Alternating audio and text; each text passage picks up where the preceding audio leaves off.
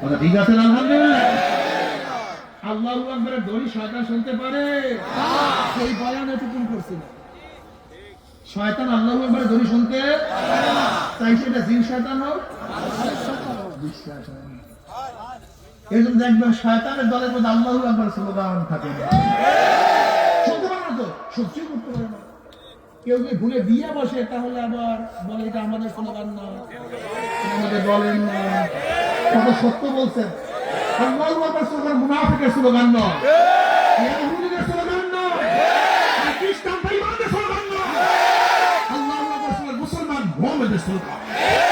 নারায়ে তাকবীর, নারায়ে তাকবীর, আল্লাহু আকবার। দুনিয়ার মুসলিম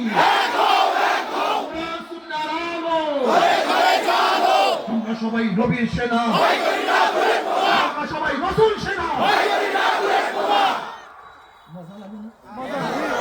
আশা করি ইনশাআল্লাহ কিয়ামতের ময়দানে আমরা যারা নবীকে নেতা মানছি